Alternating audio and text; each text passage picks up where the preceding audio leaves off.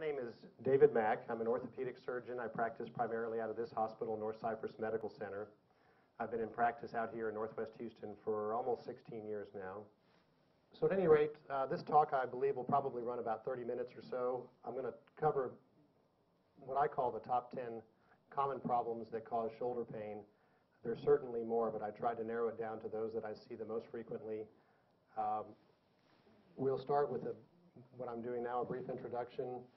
I'm going to talk for a few minutes about shoulder anatomy, just so we'll know what the shoulder is, and when we're talking about shoulder pain, what it is we're talking about. We'll move on to the top 10 causes of shoulder pain. I'll talk to you a little bit about how I approach the diagnosis of the different problems. In other words, how do we pinpoint exactly what it is that's causing the pain in the shoulder? We'll then, of course, talk about treatment options, briefly about rehabilitation, and finally, the majority of the time will be spent hopefully answering questions. So everybody knows what the shoulder is. It's the part that your arm attaches to. It's made up of 3 bones, shoulder blade, right, called the scapula, the humerus bone, and the clavicle bone.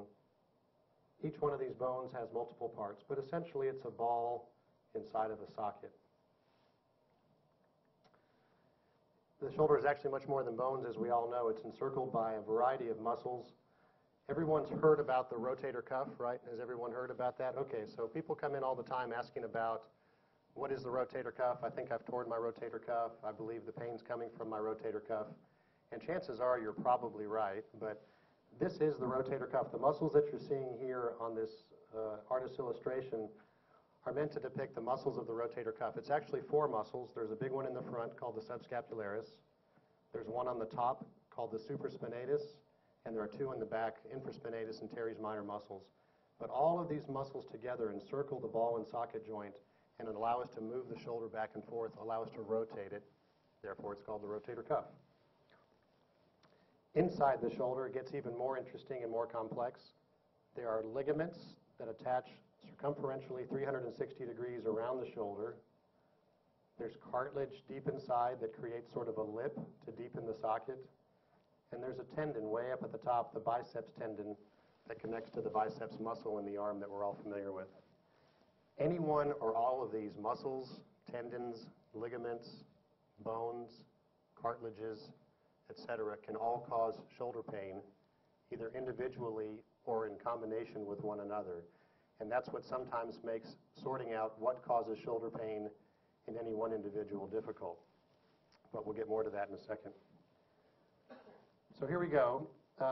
Before we start with the top 10 list, it's difficult to talk about the symptoms of different specific problems individually because they all kind of mesh together.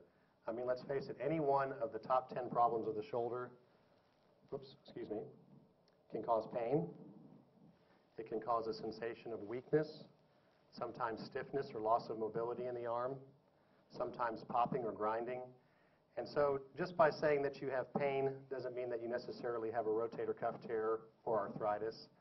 The quality, the character, the location of the pain is helpful, but all of these conditions can cause any one or all of these symptoms. And so I'm going to give you the common things that cause these problems, a little few vignettes about each one that might be specific to your individual problems, and then we'll talk a little bit more about treatment. So by far and away, I think this is the #1 problem that most people have with their shoulder when they come in to see me. There's something that's called impingement syndrome. I don't know if any of you have heard of that. How many of you have heard the word bursitis, tendonitis? Okay. All of those get thrown in together in what's been termed in the medical literature impingement syndrome. So if you look at the shoulder, there's the ball and socket once again. There's a bursa sac right beneath the bone and right above the rotator cuff tendon. That's depicted in this artist's depiction by this dotted line.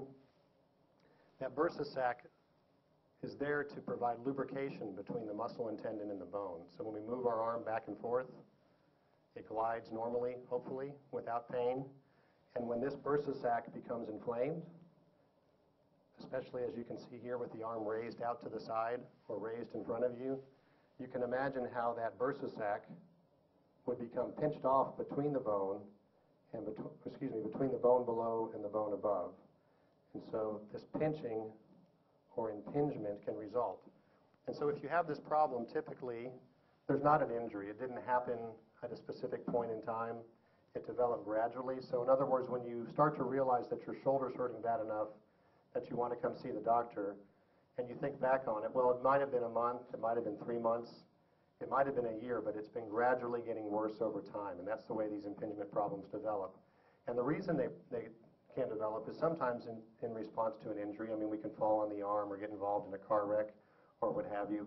But more often than not, as time goes by, we may stop exercising in the same way that we used to, right?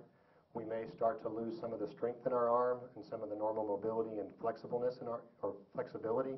I don't think flexibleness is actually a word, flexibility in our arm. And so what happens over time is the muscles start to contract, and as a result of that, the muscles fall out of balance. And because of that, when we raise our arm overhead or out to the side or in front of us, that bursa sac can become inflamed. So that's the number one problem, I think. If impingement syndrome or tendonitis goes untreated, in other words, if it continues for a long period of time and nothing's done to reverse the process of inflammation, we get probably the number 2 problem that most people have in their shoulder, which is a rotator cuff tear. I showed you guys a second ago a picture of the rotator cuff. Remember, it's 4 muscles around the shoulder. This one on top is called the supraspinatus, and this is by far the most commonly injured tendon in rotator cuff tears. And what can happen over time, the persistent and untreated inflammation of this bursa sac can spread and involve the tendon down below, and over the course of time the tendon can tear. And so when we scope a shoulder, put a scope in and look inside, this white stuff on the top of the screen is normal tendon tissue. This stuff down below is bone, and so this triangular looking defect is actually the tear in the tendon. In other words, this tendon part should attach to here, and this tendon part should attach to here. And so over time, sometimes due to injury or trauma, but more likely not, just due to inflammation, degeneration that's unchecked and untreated over time, we can develop tears in the rotator cuff. Tearing of the rotator cuff exposes nerve fibers, either in the bone or the tendon, that aren't normally exposed. So when we move our arm in different positions, we get pain, we get catching, we get popping, we get weakness, we can't lift like we used to, we can't swing a golf club, we can't swing a tennis racket, and all those things pile up over time.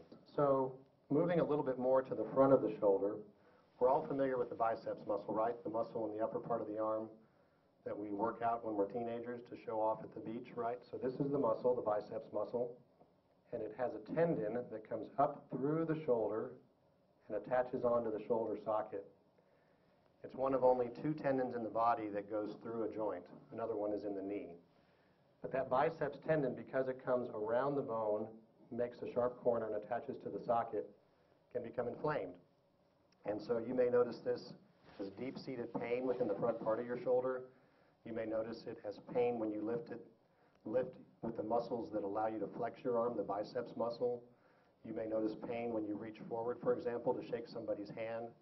All of those things are indicative of a biceps tendon problem, and they can occur alone or they can occur in conjunction with rotator cuff problems. So pain in the front part of the shoulder, pain reaching forward like shaking hands, pain lifting with flexion of the arm, all of those things can be indicative of a biceps problem.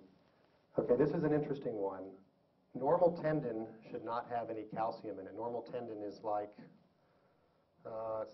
thick tissue, almost like leather, but it's not, it doesn't have any calcium. So if you come in, your shoulder's been killing you, hurting like crazy, and it just started overnight or just started a day or 2 ago, and we take an x-ray and we see this. Can you guys see this white dot there? That's a large deposit of calcium within the rotator cuff tendon. That's different from a tear, and nobody knows why this occurs. A lot of research has been done trying to determine why some people develop calcium within their tendons. Nobody knows. It isn't necessarily related to a high blood calcium level, and it's not necessarily related to any kind of excess intake of calcium, which would make sense, but it's not. And so what happens is, for some unknown reason, calcium develops in large concentrations within the tendon, and it precipitates. And so this is what it looks like when we scope a shoulder for this problem. You see this whitish stuff coming out. It's almost the same consistency as toothpaste. But what it does is the calcium is an abnormal material within the tendon. It causes intense inflammation, intense